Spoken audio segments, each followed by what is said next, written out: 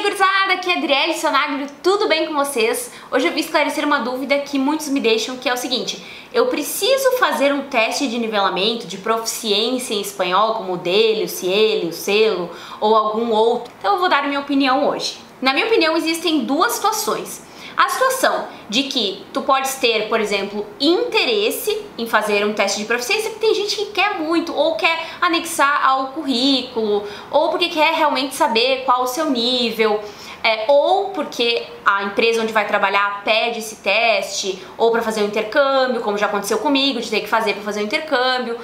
Alguma dessas situações, então, sim, tu deves fazer o teste de proficiência.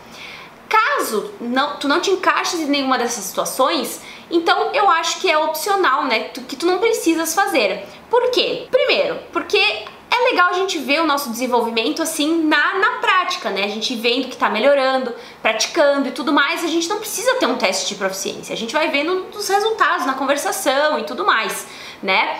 Eu, por exemplo, na maioria das oportunidades que eu tive graças ao espanhol, seja com trabalho, viagens, intercâmbios, etc., uma única vez me pediram teste de proficiência. Teve outros casos também, escolas em que eu dei aula, enfim, que pediram para eu fazer teste, mas era o teste deles mesmos lá, eles tinham um teste próprio, e aí eu fazia, ou teste oral com o coordenador da escola, tinha que dar aula demonstrativa, tinha que mostrar que eu sabia falar, ou ensinar, ou alguma coisa desse tipo, né? E muitas vezes eles tinham os testes próprios, como eu comentei. Muitas situações, eles vão fazer, por exemplo, uma entrevista, um trabalho no exterior, coisa assim, eles vão fazer uma entrevista online, com uma câmera ou ao vivo, e vão ver se tu realmente falas, e não precisa ter um teste, né? Então, por isso é a minha opinião. E também por um outro ponto que eu particularmente me dou muito mal, sempre me dei mal nesse tipo de teste, que é, eu acredito que eu tenho um certo nível de déficit de atenção. Eu não consigo me focar muito tempo na mesma coisa. Então o que acontece? Todas as vezes que eu tive que fazer um teste muito longo, né, ou meio longo, eu começava concentrada, mesmo que eu soubesse as coisas, eu ia bem, só que chegava um ponto que tem uns testes, e principalmente esses tipo DELE e tudo mais, que quanto maior o nível que tu queres fazer, né, B2, C1, sei lá, eles são muito demorados, demoram horas. Então assim, tu tem que ter uma cabeça muito boa, uma calma, concentração total, né? Então às vezes, mesmo tu sabendo muitas coisas, tu não consegue mais te concentrar depois de um tempo. Eu sou assim, pelo menos.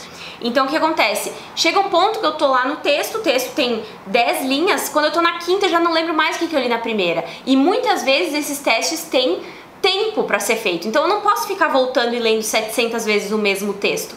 E aí isso complica pra mim, eu posso me dar mal no teste e errar uma coisa que talvez eu sabia a resposta. Mas, como eu disse, é uma coisa opcional na maioria dos casos, não é obrigatória. E o mais legal é a gente ver realmente o nosso resultado na conversa, nas nossas viagens, né? A gente vê mesmo como que a gente tá se desenvolvendo e aprender um pouco mais a cada dia, porque é um aprendizado pra vida, como eu sempre digo. Todos os dias eu aprendo coisas novas, né? Até do português. Todos os dias eu aprendo uma conjugação nova, um verbo novo, uma coisa, e com o espanhol é a mesma coisa.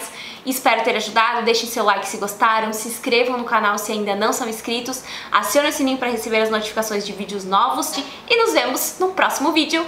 Beijinhos, tchau, tchau!